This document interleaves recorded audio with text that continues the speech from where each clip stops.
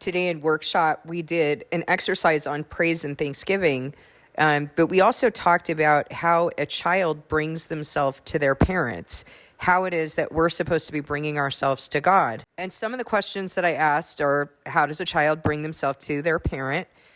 How do you love God as a child? How do you fear God as a child? And I just really enjoyed our workshop today. There was a lot of really deep and authentic engagement around this relationship with God. So I want to encourage you, especially if you're around children, just to kind of watch how they are with their parent so that you can start to understand how it is that we should be with God. You know, he uses language like feasting on every word he said, on every word out of the mouth of God. And I think about the young children I've been around, including my daughter, just really they just want to be just like you. I remember that Tori used to want to dress like me, and their mannerisms become like you.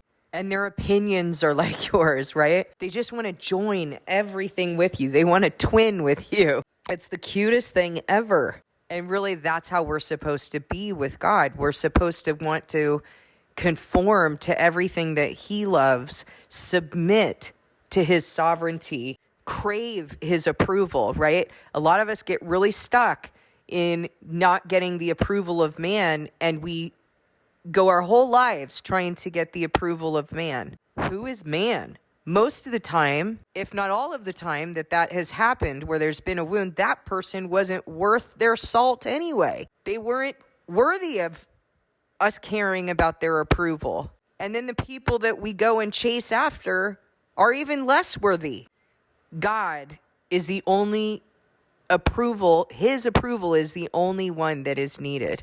And so I just want to encourage you to think about, watch children, and think about these questions of how does a child bring themselves to their parent? They want their parents' approval. They want to be in their favor. They want them to be proud of them. And the way that we love God is to totally submit to his guidance, his instruction, his truth, which is the only truth. What he says is good, not what the world says is good. To completely and totally conform to who he is and what he has laid out in his word, because that is who he is. If we don't love his word, we can't possibly say that we love him.